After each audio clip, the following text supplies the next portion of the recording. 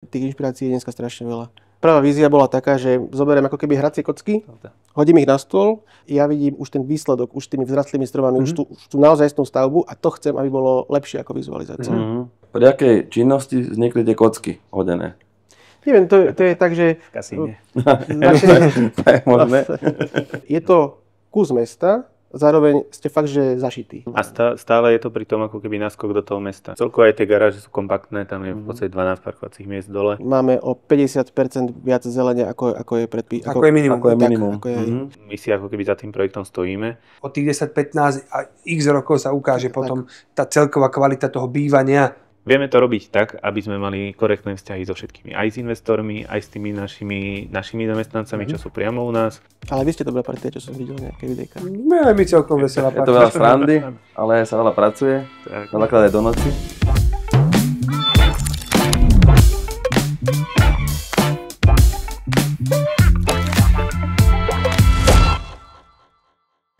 Dobrý deň, vážení priatelia, známi poslucháči a sledovatelia realitnej kancelárie Anděl Zachar a poslucháči nášho podcastu Anděl Zachar diskutuje. Dneska som veľmi rád, že prijali naši pozvania títo dvaja páni. Je to Robert Donoval a Pavol Zibrin, ktorí predstavujú alebo prezentujú architektonicko-projekčné štúdio About Architecture a prídu nám dneska porozprávať jednak o urbanizme, tvorení tej masy a projektovaní tej masy, v ktorej my všetci žijeme a zároveň o jednom z najnovších a pre mňa aj najkrajších projektov v Trnave, byty Kamenáč. Robert, Pavol, ahojte, vítajte. Ahojte. Ďakujeme, že ste prišli. No a teda na tá architektúra vždycky a to projektovanie tak nejak fascinovalo, lebo v podstate niekto musí vymyslieť to, po čom ja potom chodím, v čom žijem a celý ten náš priestor. Takže ja som veľmi rád, že aj mladé tváre stále do tohoto biznisu prichádzajú. Máte za sebou už desiatky projektov, tak možno by som začal tým, že ako blízka vám je Trnava. V Trnave máte za sebou niekoľko projektov, aj tento náš spomínaný byty Kamenáč, my si ho trochu privlastnili, to sme aj my jeho súčasťou. Tak možno, ako ste k projektu prišli, ako vnímate celú Trnavu a čo si o tom našom urbanizme v Trnave myslíte? Trnava má strašnú výhodu v tom, že je to kompaktné mesto s kompaktným centrom a potom jednotlivými tými štvrťami, ktoré vlastne na neho nadväzujú a naozaj, že sa dá bicyklom dostať krížom cez mesto fakt, že za chvíľku. A tento projekt, v podstate, to bola taká, ako sa k nám dostal, neviem či náhoda, ale v územnom pláne, ktorý vlastne, aby som povedal, že môj tatko je spracovateľom ako veľkého územného plánu mesta Trnava. A ostal tam taký červený fliačik v územnom pláne, tak bokom v tejto lokalite. A zrazu bola možnosť spraviť nejakú štúdiu, víziu, že čo sa tam vlastne dá robiť a my sme boli vlastne oslovení. No a dali sme na papier niečo a sa to stretlo aj zo strany investorov a tak s dobrým ohlasom. A v podstate po 5 rokoch, čo sa to nakreslilo, tá prvá skica, tak tu sedíme. Čiže to bolo 5 rokov, kým vlastne... Výborne. Za mňa si to veľmi pekne rozbili, lebo pôvodne tam bolo niečo iné nakreslené, také dva vežiaky, myslím. Neviem, či ste ich videli aj vy. Určite, ako ten pôvodný koncept z hľadiska tej lokality a z tohto nebol veľmi vhodný na tento štýl ubytovania, čo tu ako keby máme. Teraz tam boli vlastne dva veľké objekty, ktoré nejako tvorili takú bariéru, ako keby v tom celom. A v podstate tým, ako sme to uvažovali my, tak je to ako keby viac takých menších objektov, ktoré sú roztrúsené po tej lokalite. Tam v podstate, ako ty si vravel... Myslím v podstate, že tá prvá vízia bola taká, že zoberiem ako keby hracie kocky, hodím ich na stôl a mám ich tak vlastne porozbíjané, že ten štýl bývania, ktorý za nás bol vhodný do tejto lokality, bol určite lepší, ako tam bola tá pôvodná štúdia. Aj z hľadiska urbanizmu, z hľadiska nejakých hmot, ktoré tam vlastne nadväzujú na potom satelitné mestečko, poviem, ktoré tam vlastne vyrastlo na Kamenači. A potom aj vlastne tým budúcim obyvateľom, ktorí tam budú bývať v týchto bytovkách, poskytnú ako keby jednak väčší komfort, to znamená, že málo bytov na poschodí, potom tie zákutia medzi jednotlivými bytovkami. Vlastne tam vznikne strašne veľa takých mikropriestorov, hej, že kde sa vlastne tí ľudia budú stretávať, kde Na budú mať zašívanie rôzne pre aktivity. puberťákov, hej? Tak. Tam bude jeden mikropriestor pre puberťákov, druhý bude pre starších, tretí bude, ja Detské neviem, ihrisko. jasné, detské ihrisko. Taká zelená plocha ďalej. Nejaké grilovanie, ako Tak. je strašne veľa zelene, to je akože hlavný koncept toho, že pomedzi, keď sú tie bytovky ako keby rozteštené na viac ako keby menších častí, tak pomedzi to sa dá veľa zelene umiestniť. Áno. A že tým pádom to ako keby do toho prostredia lepšie pasuje. To pripojí k tomu, čo už existuje dneska, to zelené Áno. v rámci kamenáča. A ak sa správne pamätám, investor bol za to, aby to bolo zelené, nech tam je to hojne obsadené Áno. tou zelenou, že? To boli vlastne tie prvé stretnutia, že on aj keby že zo svojich peňazí tam niečo má dať. Chce tam, aby tá zeleň tam bola krásna, všetko. A že na tom si akože bude trvať. Takže dúfame, že dokonca to aj takto nejako vyjde. Veríme, že áno, my sa tiež veľmi tešíme z toho projektu, že tam veľmi dobre sadlo, takže máme tu radosť z toho, že jak to rastie a veríme sa to dovede do toho stavu tých vizualizácií, aké ste robili taktiež na to. Vyzerajú veľmi realisticky, fakt super. Ja mám, akože vizualizácie mám rád, ale v konečnom dôsledku sa vždy teším na ten už hmotný výsledok. Samozrejme. A ja osobne, vízy sa robia tak, aby sa páčili ľuďom vždy, ale ja vidím už ten výsledok, už tými vzrastlými stromami, už tú naozajstnú stavbu a to chcem, aby bolo lepšie ako vizualizácia. Ako keby. Ono to naživo, keď sa prejdete ako keby po tých projektoch, vidíte to z tých vizualizácií, ale keď ste tam, tak tá mierka, ono to na vás pôsobí inak. A veľakrát je to aj lepšie ako na tých výzočkách. A tie výzočky sú väčšinou z tej vtáčej perspektívy, že aby si človek urobil ten celkový obraz. A sú tam samozrejme aj nejaké z tej ľudskej perspektívy a toto, ale keď sa človek už tam prejde pomedzi tie bytovky, bude tam to námestíčko, tie komunitné záhrady, všetko to spravené, tak ten pocit z toho bude určite lepší. Keď nacíti tú atmosféru. Áno, určite. To tak máme so všetkým, keď pozeráte si burgere na Instagrame a potom ideš do reštiky, tak si ho viacej užiješ, to je tak.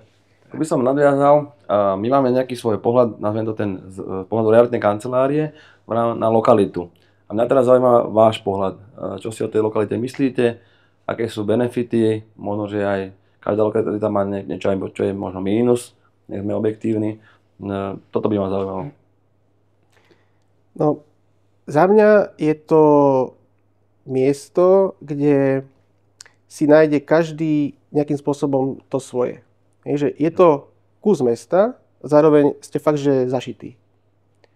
Áno, je tam teraz slepá cesta. My by sme boli radi ešte možno aj samozrejme v spolupráci s mestom tú slepú cestu vlastne zokruhovali smerom na hlavnú cestu pozdĺž Tintorína.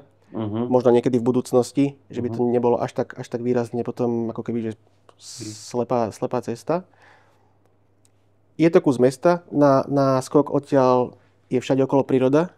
Nikdy tam nič ďalšie nevyrastie, hej, dobre, nikdy, neviem, či o 200 rokov možno, hej, tam niečo bude, ale tam nejaké ďalšie byty, poprípade nejaké domy, možno v tej satelitnej časti ešte nejaké domy budú, OK, ale tuto naozaj, že je toto a nič iné tam nebude. A určite nič väčšie tam nebude. A nič väčšie tam nebude, tak. A stále je to pri tom ako keby náskok do toho mesta, že od toho centra je to na bicykli alebo aj kľudne aj na pešo, keď sa prejde. Že není to niečo, že by to bolo nejaký satelit ako keby ďaleko od mesta, že musíte mať auto a dochádzať každý deň ráno v zápchách a niečo. Čiže tá poloha je ako keby podľa mňa dosť akože výhodná v rámci tohto. Akože jasne, niekto si povie, že áno, je tam železnica. No isté, je tam železnica, prejde tam, koľko vlakov tam prejde denne? Maličko. Je to a tie vlaky idú akou rýchlosťou? Pomaličky.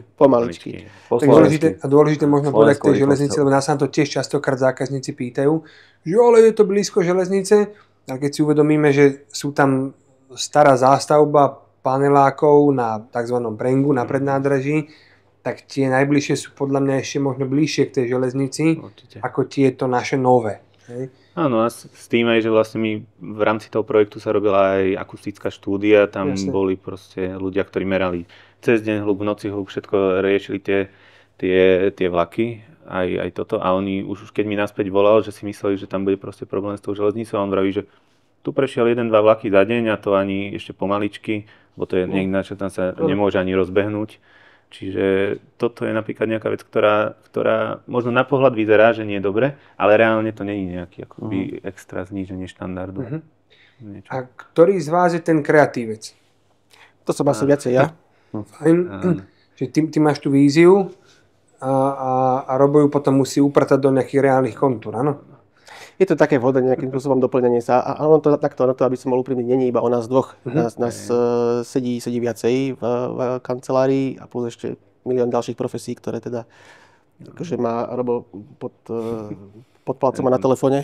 Horkú linku. Vy ste, aj pre slúchateľov, aby vedeli, keď budú vás náhodou oslovovať s nejakým projektom, vy ste full servisová agentúra, že v podstate ku vám príde a od nejakej vyslovene prvej idei cez reálny návrh až po realizačný projekt vrátane všetkých profesí vie ísť z vašej kuchyne, hej? Áno, Tak. A takisto aj v rámci nejakej tej realizácie stavby autorský dozor, že dotiahnu to úplne až do toho konca, že keď tam prídeme na tú kolaudáciu, že prestrihovať tú pásku a že postrážiť si ako keby ten štandard tohto. Na ten deň sa veľmi teším, keď budeme strihať pásku kolaudácie. Áno. Vlastne aj ako začal ten náš ateliér, lebo my sme v podstate boli kolegovia z bývalej roboty a videli sme, ako veci nefungujú a ako by mohli fungovať. Mali sme tú víziu a vlastne s tým, že sme obidva ako keby dosť značne rozdielne založení, že teda tá kreatíva a niekto, kto sa akože snaží to zreálniť. Aj povahovo úplne rozdielny. Presne to, akože To doplňate. takže presne, že keď ako keby ten projekt si nejako uchopíme a už vlastne spolupracujeme, že nie je to tak, že kolega si niečo na začiatku robí a potom ja si to zoberiem a chytím sa za hlavu, že čo to je, ale s tým, že ako keby na tých projektoch už pracujeme, tak ja som si už istý, že on už nevymyslí niečo, že čo bude úplne ustrelené a nedá sa to ani postaviť. A on si môže byť istý, že keď príde akože do toho a bude treba riešiť, že nejaké škrty alebo niečo, že proste tak ja sa postavím aj za ten návrh a že nebudem si riešiť iba, aby to bolo takto, ale hľadať nejaké kompromisy, aby to aj vyzeralo pekne, aj to bolo reálne, aj tá stavba bola udržateľná, realizovateľná a vlastne nech ten projekt ako finálny je a vždy do toho nakoniec vstupí investor, ktorý má tie peniaze na stole a povie, že nie. Jasné. A čo býva najčastejším takým konfliktom v úvodzovkách, myslím, medzi tou vašou nejakou ideou, predstavou alebo prácou voči tomu investori? Čo najčastejšie zvyknú tak hovoriť chalani, ale... A možno aj konkrétne v kamenáči. Ono, akože keby som to zbral všeobecne, tak je to napríklad, že zmeny počas toho, že je, akože ten projekt má nejaké, že štúdia, územko, stavebko, realizák, počas realizácie. A že čím v neskoršom štádiu sa ako keby nejaké koncepčné zmeny dejú, tým viac to ako keby zasiahne. Že niekedy si ako keby investori neuvedomujú, že to, čo sa dá akože riešiť v štúdii a ešte v tých prvotných štádiách, je už o dosť komplikovanejšie neskôr. Tu napríklad to až taký problém nebol, lebo tu investor nám v podstate dal voľnú ruku, čiže tento projekt je... Hej, poviem tak, že napríklad už len tá skladbovosť bytov, aká tam je navrhnutá, tak nikdy behom toho, ako sa to kreslilo, do toho nebolo vstúpené. Hej. To znamená, že v nejakom štádiu tam boli, povedzme, mezonetové byty. To bolo povedané, že teda to nie je úplne cesta, že tam investor bol taký trocha proti, ale nejaká skladbovosť tých... tak odporúčali. Ale 1,5 izbové, 2 izbové, 3 a potom tie veľké terasové, tak plus minus tá skladbovosť nejaká, to bola z našej strany a stále je vlastne ako keby sa to drží. Ale to zastúpenie, akože my tým, že tých projektov máme už akože viac za sebou, že už nebudeme navrhovať niečo, čo vieme, že je nepredajné a že teraz, že by sme povedali, že je to lokalite pekné, chceme tu mať, že 200 štvorizbových bytov, tak vieme, že to tak nie je ani garzonky, ani to, ale že ten mix, keď sa spraví poriadne, alebo teda keď sa nad tým človek zamyslí, že aj pre koho majú byť tie bytové domy akože určené, tak sa to dá vyskladať a to akože tou skúsenosťou príde a vlastne my aj ako keby tú Trnavu s tým, že tu máme viac tých projektov, už celkom poznáme, tak vieme, že čo si ako keby takéto mesto vyžaduje. Tak skúsme si pomenovať bližšie. Máme tam 1,5 izbový byt, ktorý ste tam nakreslili. Ten by mal byť podľa vás pre koho? Kto je ten konečný užívateľ? Ja to mám tak, že zo svojho pohľadu, keďže jak som z vás najstarší teda. Áno, je to tak. Najskúsenejší? To neviem, ale teda tiež som si prešiel nejakým vývojom bývania svojho, hej. Čiže som bol slobodný, potom vo vzťahu, potom zase slobodný, potom vo vzťahu s dieťaťom. A čiže ja osobne by som teraz potreboval trojizbový byt. Minimálne. Pretože vlastne dneska majú ľudia koľko? Jedno, maximálne 2 deti, ako nebýva to častejšie. Trojizbový byt pre mladú rodinu za dobré peniaze, s kvalitnými exteriérmi. Dvojizbový byt je pre pár, povedzme. Pre pár. 1,5 izbový je plnohodnotný byt s plnohodnotným spacím kútom, ktorý tam teda je, a s nejakou obývacou časťou. Tam si viem predstaviť, akože keby som bol po škole a mám nejakú takú možnosť, povedzme, že by som v takomto nejakom býval s frajerkou. Napríklad možno aj ideálny na nejaké prenájmy a takéto veci. Zároveň si dovolím doplniť, že ak tam býva mladý pár v tom 1,5 izbovom a náhodou sa či chcené, nechcené pošmyknú kolena, jak sa hovorí, tak nejaký piatok tam v pohode vedia prežiť aj s tým jedným dieťaťom. Predával som pár bytov na takých tých moderných jednoizbákov, kedysi garzoniek 25-28 metrových. A tam, keď už mali tí mladí tú detskú postielku, to je zle. To už je fakt masaker. To si ja osobne neviem predstaviť. Ale v tom 1,5 izbáku v Kamenáči platového pôdorysu, že nejaký čas, kým to dieťa naozaj tam ten prvý rok, lebo nechodí ten prvý rok, dva, tam vie podľa mňa v pohode komfortne vydržať. Na to preklenutie, lebo tam väčšinou tá postielka je tak pri posteli vašej, že nepotrebujete tam mať tú ďalšiu izbu. A vlastne taký ten štart a máte čas si napríklad popozerať iné byty. Možno aj v tomto istom projekte, že sa presťahujete vedia si počkať na nejaký, presne, áno. Čiže... A zase my zo skúsenosti máme aj to, že ten 1,5 izbák veľakrát je pre ľudí, ktorí mali tú starú kocku socialistickú, obrovskú, kde už sú veľké náklady, nepotrebujú ten priestor ani tú veľkú záhradu. Ten dom sa predá za dneska dobré peniaze, oproti tomu, ako sa nadobúdal niekedy v minulom režime. A tie peniaze zostanú ešte na dôchodok, na cestovanie a ten 1,5 izbák je absolútne postačujúci a bez nejakej náročnej správy pre toho dôchodcu.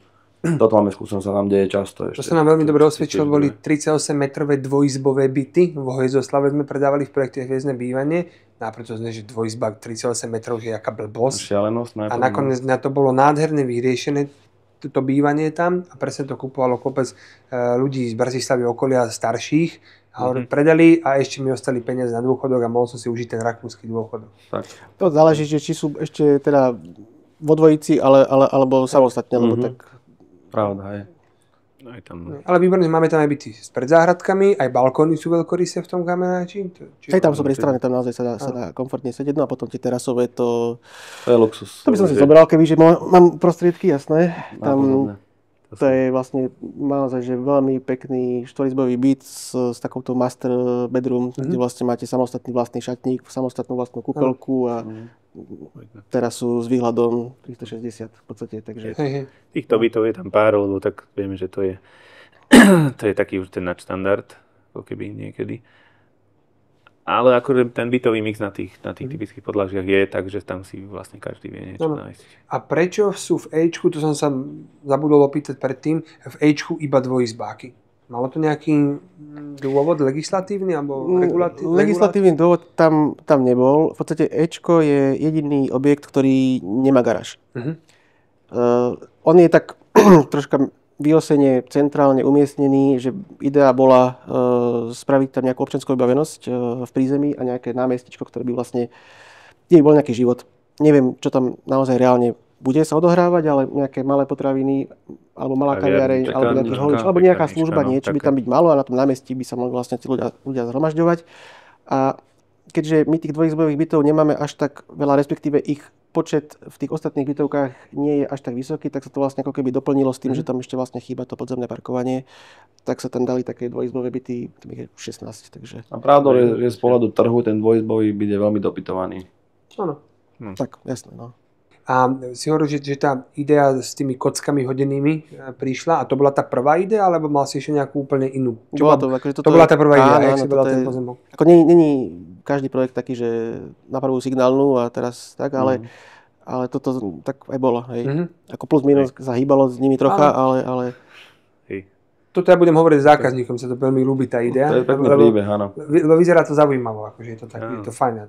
Mne sa páči to rozloženie. Ja by som ešte dokončil k tým dispozíciám ešte aj možnosti parkovania a uskladnenia si vecí. Máme tam takú špecifickú záležitosť, čo sa mne veľmi páči, že za garážovým státi mám ešte aj pivničnú kopku. Mám to jednoliato. Nie je to v každom projekte, my keď sme robili tých projektov tiež viac, tak toto je za mňa veľmi fajn vec. Na to ste ako prišli? Bol tam na to proste priestor, alebo? Bol to na to priestor a plus teda je to vec, ktorú aj ja sám by som chcel mať. Ako užívateľ. Ako užívateľ, hej. Ale tu sú celkovo aj tie garáže sú kompaktné, tam je v podstate 12 parkovacích miest dole, čiže tam ani není nejaký priestor úplne to rozčlenovať, ako býva v projektoch, že je 100 parkovacích miest tu a potom je vyčlenená nejaká časť, kde je 50 kobiek. Čiže toto ako keby dávalo tak zmysel tomu. Čiže máme tam garážové státe bez kopky, máme tam garážové státe s kopkou a plus vonkajšie parkovacie státia štandardné na pozemku, kde si človek kupuje vlastnú parcelu. Tak a pokiaľ teda máš bicykel, ktorý si ochotný dať do spoločného priestoru, tak aj ten tam je. Pokiaľ to není x tisícový bicykel. A ten máme akože celkom aj pekne dizajnovo vyriešený. Tam je vlastne na prízemí, pri vstupe. Čiže tam ako keby aj dizajnovo ten prvok je ako keby začlenený.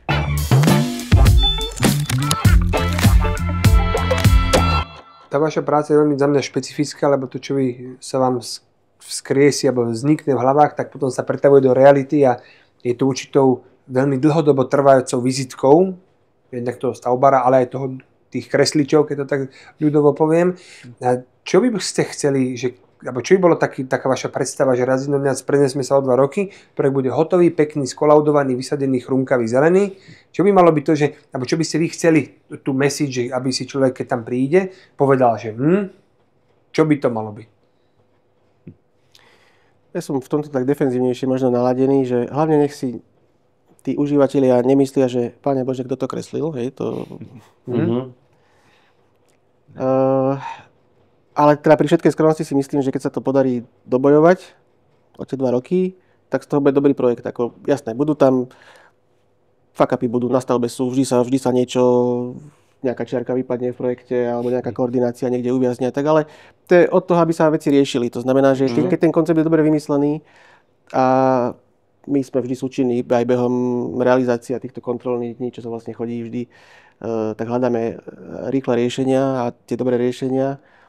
Tak viete, že tie byty sú dobré, projekt je dobrý a pokiaľ tam nebudú nejaké veci, ja neviem, že zatiekať strecha, tiecť cez balkóny alebo pred záhradke, takéto veci, alebo tam vykapú všetky rastliny, lebo nebudú mať zavlažovanie a podobne, tak OK, to by sa nemalo stávať aj, tak to poviem.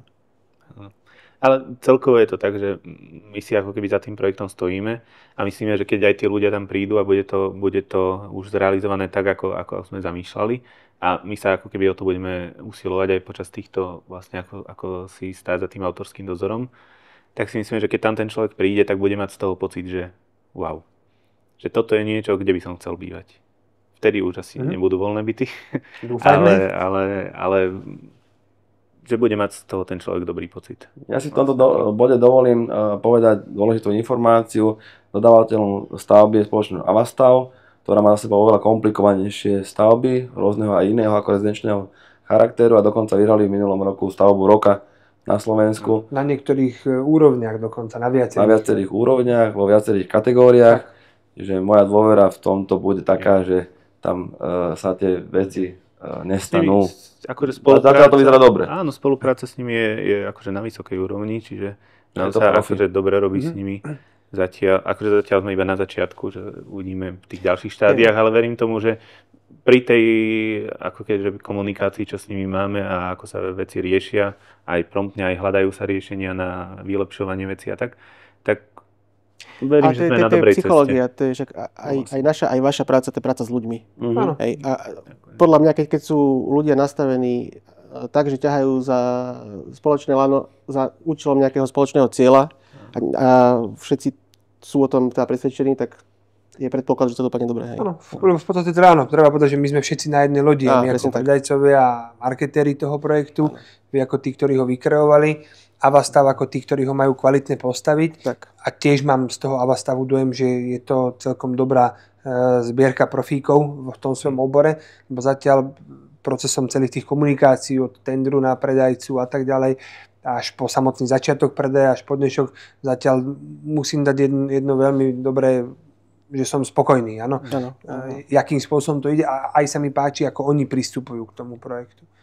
A to je dôležité povedať možno aj to, že väčšina projektov, čo sme robili, tak mala najprv web stránku a sa dlho čakalo, kedy sa to spustí, no, už za mesiac a to nám len zavolali, kopeme a akože úplne nečakané mi to prišlo, že až tak zo dňa na deň už bola tam urobená tá stavebná hrádza a už sa pracovalo. To je hlavne, lebo tento projekt, akože my si s ním žijeme už 5. rok. A konečne sa našiel niekto, kto by to fakt, že chytil za to páčasy a pustil sa do toho a že idú a chcú to dokončiť. Lebo sú projekty, ktoré sa naprojektujú a idú do šuplíka a nevidíte ich 10 rokov. A potom sa zrazu objavia, ale tento my sme radi, že tento ide. Je to vlastne jeden z našich ako keby prvých projektov, čo sme riešili. Akože od toho času, keď sme sa osamostatnili. Čiže tešíme sa na to, keď bude akože aj tento už zrealizovaný. Výborne, tak už aby sme to šampanské búchali o fasádu po kolaudácii. Tak sa teším. A dneska sa hodne hovorí, chlapi, o tej udržateľnosti a zelenom všetkom. A ako ste to uchopili v tomto projekte? Má nejaké modernejšie technológie alebo celkovo? Ono, ako je v rámci Trnavy, Trnava je celkovo dosť zameraná na tú zelenú nejakú infraštruktúru a riešenie tohto. Čiže tam si aj na meste dajú dosť záležať, že zelené strechy a tieto veci, že to bez toho ako keby projektu ani neprejde. Čiže my sme, ale za nás to bolo akože dobré, lebo v rámci tej udržateľnosti sú toto dobré nejaké princípy. Čiže zelené strechy, fotovoltické panely teraz riešime, rekuperácie, zadržiavanie vody v priestore tam, aj čo sa týka nejakých terénnych depresí, že budú tam nejaké akože menšie veci.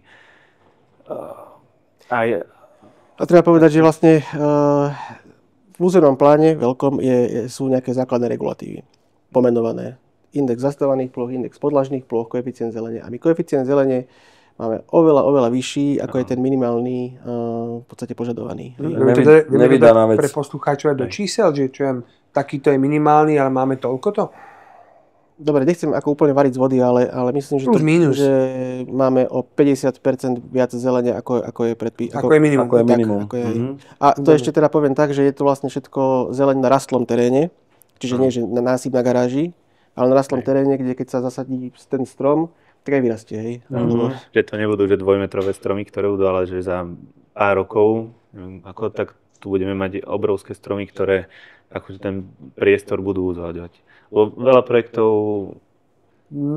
Veľa projektov má tu zelená, aby bola, hej. Aby bola, hej, že na oko. Toto je zeleň, ktorá naozaj funguje a žije tam. Presne tak. Čiže keď by sme sa tu zastavili, že za 10-15 rokov, tak to tu bude akože vyzerať tak, ako by malo. Tak, ako na tých vizualizáciách. Dobrá výzva, takže o 10 rokov dáme podcast. Čo je zároveň budúci obyvatelia, poslucháči a hlavne investori, toto všetko sú veci, ktoré do budúcna tvoria tú hodnotu a budú uchovávateľom hodnoty peňazí s veľkým potenciálom aj rásť ďalej. Takže určite projekt s takouto kvalitou na začiatku má väčší potenciál o 10-15 rokov stať viac ako projekt, ktorý sa len dneska postaví, aby bol, aj keď je dneska dobrý, fajn, ale od tých 10-15 a x rokov sa ukáže potom tá celková kvalita toho bývania aj na základe tých kvalitných exteriérov a zelenia, ktoré tam budú. Tak. Super. A kúrenie, chlapi? Ja viem teda, aké tam bude, ale skúsme povedať ľuďom, že je teda okrem fotovoltaiky, zelených strech a tak ďalej, máme kúrenie úsporné, ekologické. Tam sa ako keby vraciam teraz k plynovým kotolniam, ale vlastne s tou kombináciou tých fotovoltických panelov, aj akože v značnom rozsahu, a s rekuperačnými jednotkami, čiže my tú energetickú hospodárnosť budovy držíme na tej najvyššej úrovni. Áno. Tak kúrenie podlahové. Áno, čo je ako keby podľa mňa veľký štandard, alebo nadštandard oproti iným projektom, je to podlahové kúrenie, ktoré tam vlastne vo veľa projektov ako keby nebýva. Ja som v tom, že toto je asi jediný projekt v Trnave, ktorý nemá radiátory. Bytový a rezidenčný. Ostatné všetky, čo som teda ja aspoň videl, tak sú s radiátormi. Toto je benefit, ktorý ľudia veľmi oceňujú, pretože človek môže využiť maximálnu dispozíciu toho bytu, nemá tam žiadne, nazvem to, rušivé elementy, ktoré sú tie radiátory vždy. A zároveň teda to bude aj aj komfortné. No aj s tým, že tam máme akoby veľké okná, zasklené steny, ktoré idú na tie balkóny, tak není tam predtým nejaký radiátor, ktorý by to vyšpatil. To je ozaj výhoda veľká.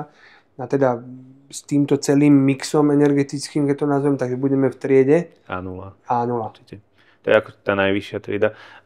No, v tomto akože slovenská legislatíva je nastavená pomerne vysoko, čiže už ako keby nedá sa riešiť ďalšie projekty, ale sú rôzne ako keby princípy, ako sa k tomu dostať. Áno.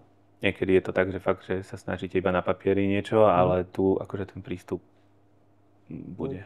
Fajn. A chladenie bude vyriešené tiež elegantne. Áno. Toto je tiež napríklad taký vyšší štandard, že je tam spravená predpríprava na tej klímy s tým, že všetky tie vonkajšie jednotky budú až hore na streche. Super, to je úžasná vec. Nie sú na balkónoch alebo niekde, kde by to špatilo a museli by sme riešiť nejaký... My s tým vždycky bojujeme so zákazníkmi, lebo veľa pekných, nových, moderných projektov proste nemá tú prípravu na tú klimatizáciu. Oni si to potom riešia sami. Potom si to riešia sami, načapú to na balkóny, na fasády, neviem kde všade. A toto je super, lebo prízemáky budú mať u seba na záhradke tú jednotku. Tam je tá možnosť priestor, tam to nikto ani neuvidí. Priestor neuvidí a všetci ostatní na streche. Ono je to že tu bola tá možnosť, že tým sú to také kompaktné malé bytové domy, tak sa to dalo takto riešiť. Že ja chápem, že keď je veľký projekt, tak tam není iná možnosť. Tu je v tomto dobré.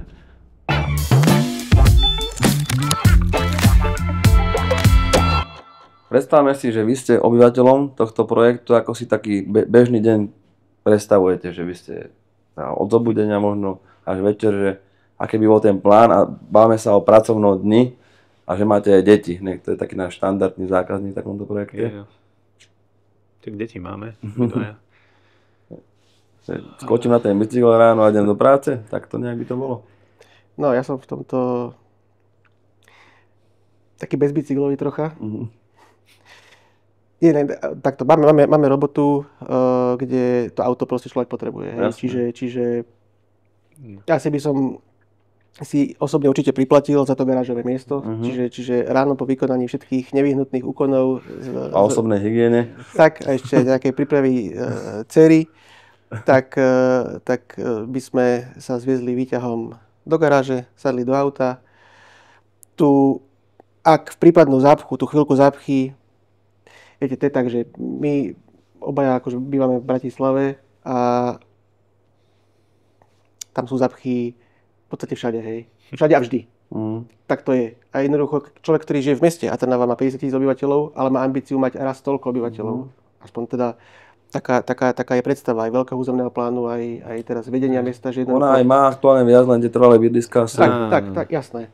Ale tu myslím, že tu ako keby dopravnú situáciu sa snažia reálne riešiť. My máme veľa stretnutí na meste a je tam veľa mladých akože ľudí, ktorí si chodia akože zbierať nejaké inšpirácie do Dánska, do takýchto krajín, že keď s nimi akože debatujeme, tak oni vedia, že ten problém akože s tým tu je a že iniciatívne ho riešia. Čiže podľa mňa sa to v priebehu najbližších rokov bude zlepšovať tá situácia. Akože ja na druhú stranu, ja som práve človek, čo keď by som ráno išiel s malým, akože zatiaľ ešte nechodí do škôlky, ale že ja by som kľudne sa s ním prešiel, hlavne keď je to takáto lokalita, že pekná, že niekde do škôlky a potom sa ako keby na bicykli alebo nejako išiel do tej roboty. Čiže na to je akože táto lokalita tiež dobrá. Prípadne teraz sú tie sedačky na bicykel, že takto, že vyhodíte dieťa škôlka a idete ďalej. A keď teda odliadnem od toho pracovného času, od tej 9. do 5. tak po návrate z práce, tak ja som zase taký komunitný typ, alebo teda respektíve kaviarenský povolač, neviem, ako sa to nazýva. Čiže ja by som ocenil nejakú tú kaviarničku tam v tom bytovom dome Ečko a buď by som sedel tam, alebo ja neviem, s dcerou si našiel nejakú tú zónu detského ihriska, alebo nejaké grilovačky. Myslím, že toto by som akože hodne využíval. Áno, toto určite je také, že... A ono je celkovo ten kameráč ako taký kúpalisko naskok, golf naskok, zabehať si trošku do lesopárčiku, pomotať sa. Ale pekáreň, kaviareň, dobrá reštaurácia, naozaj na úrovni, hneď veľa projektu. Tam človek ozaj môže to po obede stráviť kvalitne. Tak. Aj športovo, aj relaxačne, aj povalecky. Ja to mám tiež veľakrát rád, samozrejme. si A posedkať. ďaleko od toho mestského nečítať. hluku a zhonu. A to je pravda, áno. Človek sa odstrihne Tak, za tou traťou od toho mestského zhonu. Tak.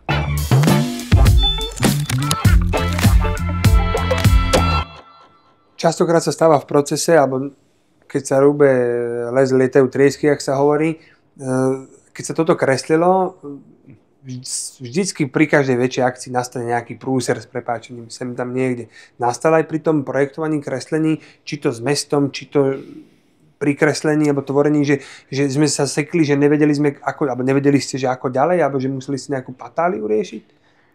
Takže na tomto konkrétnom projekte úplne, že niečo takéto fatálne nebolo. Vždy je to tak, že sú stretnutia, prerobí sa na meste, tam s takým úradným takto, ale nakoniec sa to všetko dá zriešiť. problém bol trocha za mňa ešte teda v tom, že keďže sa to začalo v 20. roku ako keby kresliť a bol COVID. A jednoducho človek už aj zabudol, ako to všetko fungovalo a nefungovalo. Okrem iného, ako fungovali aj úrady a nefungovali, ako sa tam vlastne nemohlo chodiť. A mesto Trnava je teda zvyknuté a vždy ocení, keď je tam komunikácia medzi projektantom vždy a vlastne ľuďmi, ktorí sú zodpovední potom za nejaké schvaľovanie. Tak aj boli zvyknutí riešiť tie projekty, že osobne na meste si prechádzali. Čiže zrazu vlastne mesto malo v ruke projekt pre územné rozhodnutie a tiež nevedelo možno úplne, ako sa k nemu postaviť. Ale všetko bolo o komunikácii, čiže potom už keď bola tá možnosť vždy prísť tam, vysvetliť si, toto je za nás OK, pozrite sa, toto, alebo OK, jasné, doplníme.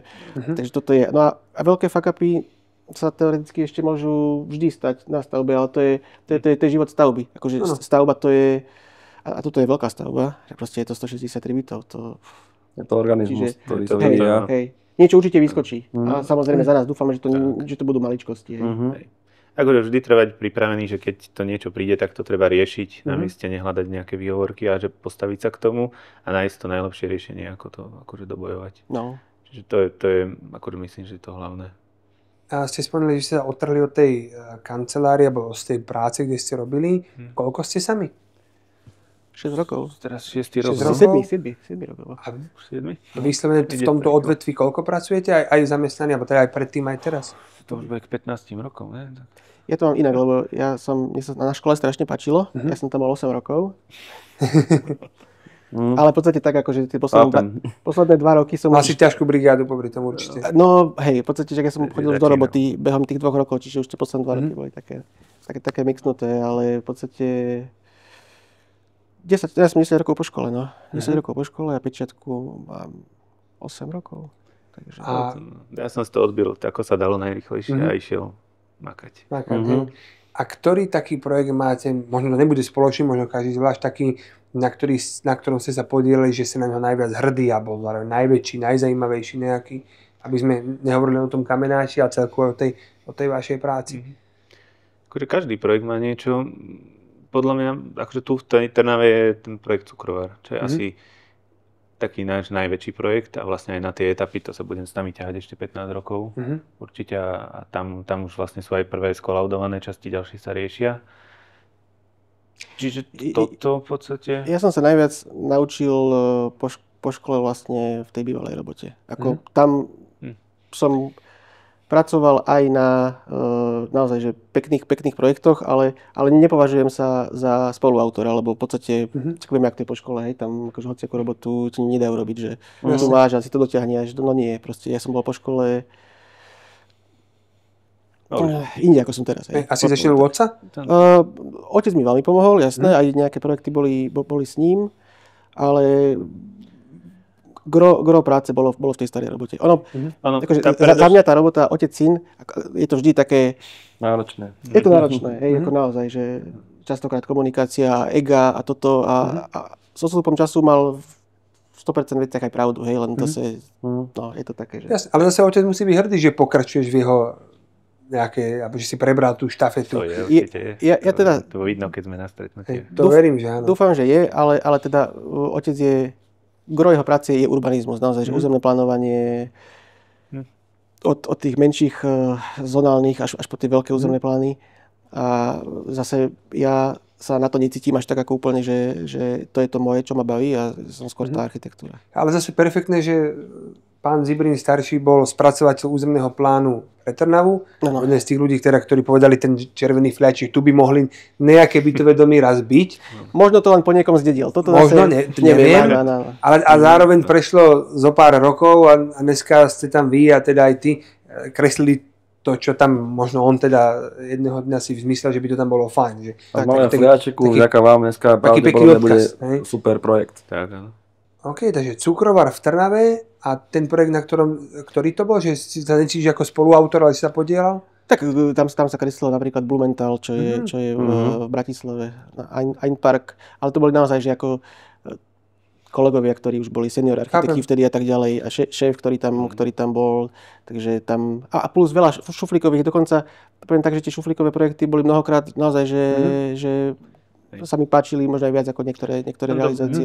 Bolo, že ten ateliér bol taký, že on bol zameraný na tie akože najväčšie projekty v Bratislave, toto, že tam my sme v podstate asi teraz na tom spokojnejší s tým, že ako teraz riešime, že nejaké také, že nie že úplne komornejšie veci, ale že niečo, čo si akože vieme reálne sa k tomu aj akože dostať, že je to... Že si to vypíplme od tej prvej čiarky, hej, lebo v podstate, že my sme sami 7. rok a teraz si vezmite, že po 5 rokoch od tej prvej škice na kamenači sa stavia, čiže tých 5 rokov je objektívne doba, kedy, koľko to trvá, čiže vlastne teraz tie naše realizácie pôjdu ďalších, dúfam, že až do penzie. Áno, že vlastne sa dostávame do tej fázy, kde budeme vidieť už tú našu prácu, s ktorou sme začínali, akože už naživo. Áno, v 3D, 4D, 5D v realite.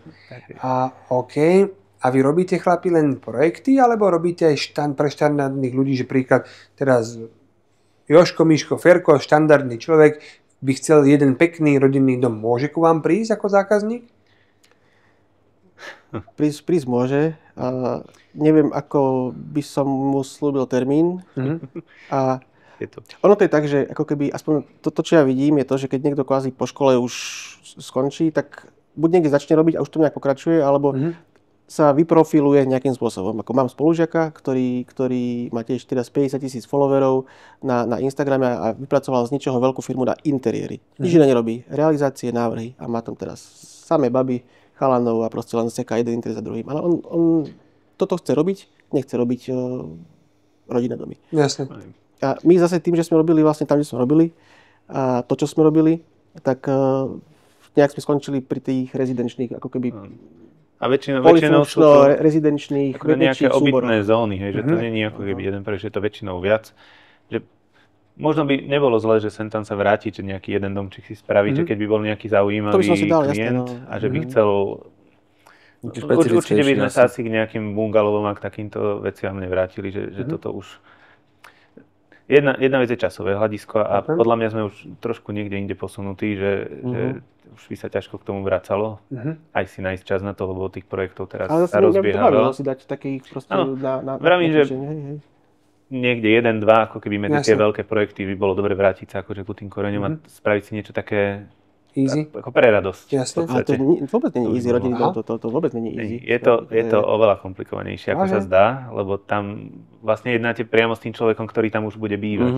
Pričom pri takýchto komplexoch skôr jednáte že s realiťakmi alebo s nejakým investorom, že oni vedia, že tu chceme trojizbaky, chceme niečo, mali by mať takéto výmery, že z toho sa dá vyskladať niečo, také, aby to bolo, ale ten človek tam už bude bývať, on má svoje špecifické potreby, má aj toto, že... Detaily veľa, individuálny prístup. Chce byť pri ako keby súčasť toho procesu viac. Jasné. Čiže niekedy je to komplikovanejšie. Je to v podstate lepšia robota, pre také akože zaujímavejšia, že tam viac ako keby kreujete. Ale je s tým akože reálne na ten objem je s tým viac roboty a treba sa tomu akože viac venovať a byť ako viac zaangažovaný do toho. Ale určite akože nejaký taký projekt to by bolo fajn. Ale primárne sa špecializujete sú obytné zóny a obytno-polifunkčné projekty. Povedzme tak. No. A teoreticky možno nejaká IBVčka, zóna s rodinnými domami? Áno, aj také máme, určite aj také. Hej. Napríklad, ešte teraz poviem, však my sme s kolegom, ešte môjim bývalým šéfom v 2019 vyhrali to bolo, áno, v 19. súťaž na ružomberskú plaváreň. A to bola cez komoru súťaž vyhlásená. A teda išlo to Išlo to do Kitek, no ale to zase nie kvôli nám. Končilo to tak, že oni kúpili iný projekt a teraz majú vlastne, sa súdia so zhotoviteľom, ktorý im tam nechal základy akurát a dieru v zemi. Čiže, ale aj na tú plaváreň by sme si trúfli a chceli sme to, lebo sme tiež dali nejakú víziu, bolo to ocenené a bohužiaľ. Čiže možno keby to vyšlo, tak teraz už máme za sebou 4 plavárne, ja neviem. Je to jeden z tých projektov, akože keď vy ste aj prišli ku nám do ateliéru, tak je tam jeden z tých panelov, je aj tá plaváreň, že to bolo vlastne, neviem, či to nebolo jeden z tých prvých projektov, keď sme sa osamostatňovali, tak sme rátali s tým, že to sa vlastne pôjde robiť. Áno. A tie všetky procesy, čo sú na týchto, tak to akože išlo do Kitek, no ale...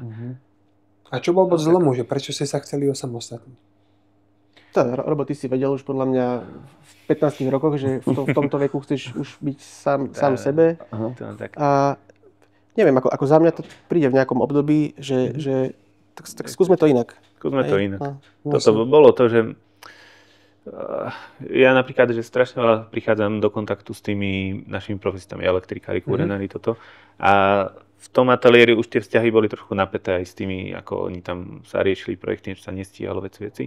A my si povedali, že vieme to robiť tak, aby sme mali korektné vzťahy so všetkými. Aj s investormi, aj s tými našimi zamestnancami, čo sú priamo u nás, aj so subdodávkami, keď niečo riešime. A aby som nemusel tak, že keď niekomu zavolám, tak mi ani nezdvihne telefón, lebo sa so mnou nechce baviť. Čiže to myslím, že zatiaľ sa nám darí a akože na toto som asi najviac hrdý v tom ateliéri, lebo to, čo poznám aj k nejakých spolužiakov, toto, že to nie je úplne bežný štandard. Že si ale teda bolo to uhubu, lebo ako vravím, že v 2019 sme SROčku zakladali. Áno, začiatky boli ťažké. No. A my sme vlastne dva sedeli v takom prázdnom 15 metrov štvorcových, kde sú tak dva stolíky chrbtom k sebe sme mali.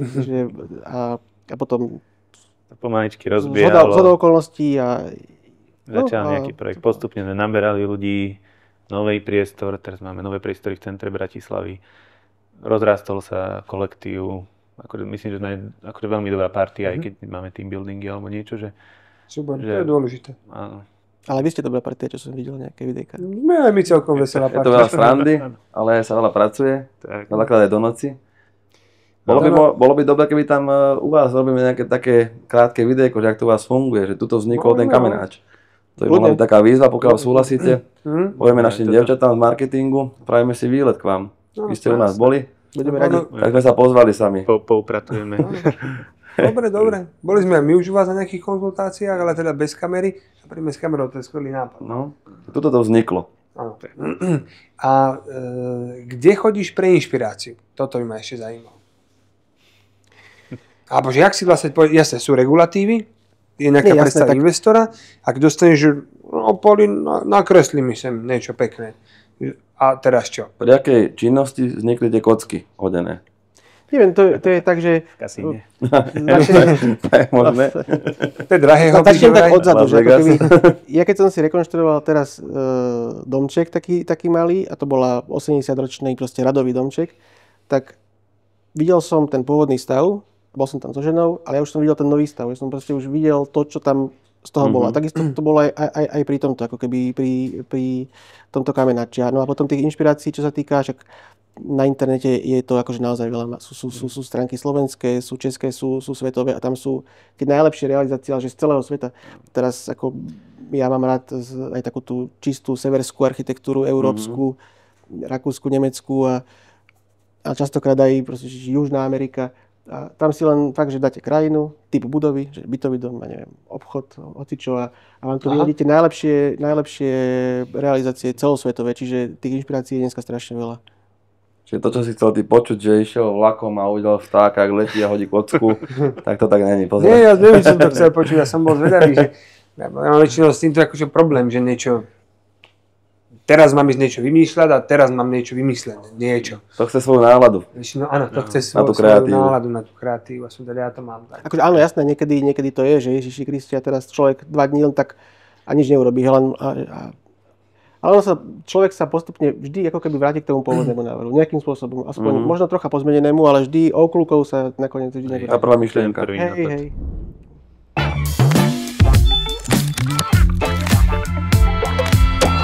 Čo by ste odkázali budúcim obyvateľom tohoto nášho spoločného projektu, keď si ho môžeme takto privlastniť. A zároveň, čo by ste odkázali budúcim projektantom a architektom? Môžete si vybrať. Robo, poďme, ty by si mohol niečo odkázať tým budúcim... Keď už 15 vedel, že by mať svoju presne tak, štúdio. študentom architektúry a projektantov budúcim, že čo by si odkázal tým mladým, ktorí možno teraz zvažujú, že či idú takéto niečo študovať a robiť? Takto, ja by som odkázal, choďte do toho, keď to chcete, ale podľa mňa si každý musí uvedomiť tú časovú náročnosť toho. Že toto je napríklad jedno z tých štúdií, ale potom aj tá prax, kde ten čas ako keby strávený v ateliéri a za tým je enormný. A niekedy sa to podpíše aj na vzťahoch doma, toto manželka akože pozná. A tak, ale koniec koncov, ak to máte v sebe, že chcete niečo takéto riešiť, tak stojí to za to.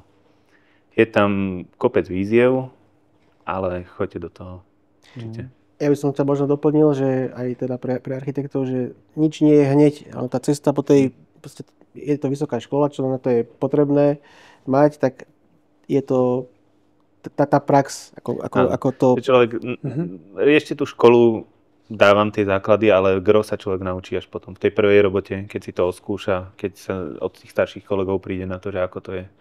Čiže keď vás aj tá škola, dajme tomu, že sa tam trápite alebo niečo, tak verte tomu, že ten reálny život je iný. Ako horší. No, niečo. Čiže tak. Ale pestrejší. No určite oveľa pestrejší. A čo by ste, chlapi, odkázali budúcim obyvateľom projektu Byty Kamenáč v Trnave? Aby sa im tam dobre bývalo. Tým, ktorí tam ešte byty nekúpili, tak choďte do toho, lebo ten projekt je dobrý, lokalita je super a neurobíte chybu. Jo. Užite si to tam, hlavne keď už tam budete bývať, tak nebudete ľutovať. My plne súhlasíme s Karolom a aj s celým našim tímom realitnej kancelárie. Priatelia, vážení poslucháči, www.bytykamenač.sk, www.angelzachar.sk a www.aboutarchitecture.sk a Robert Donoval a Pavol Zibrin. Chalani, ďakujeme, že ste ku nám prišli. Ďakujeme. My ďakujeme za pozornosť, chlapi. Karol Zachar a vážení poslucháči, my ďakujeme za pozornosť. Veríme, že tento diel bol pre vás opäť nejakým prínosom. Dávajte nám lajky, follow, odbery a tešíme sa na osobné stretnutia na stavbe alebo v kancelárii. Ahojte.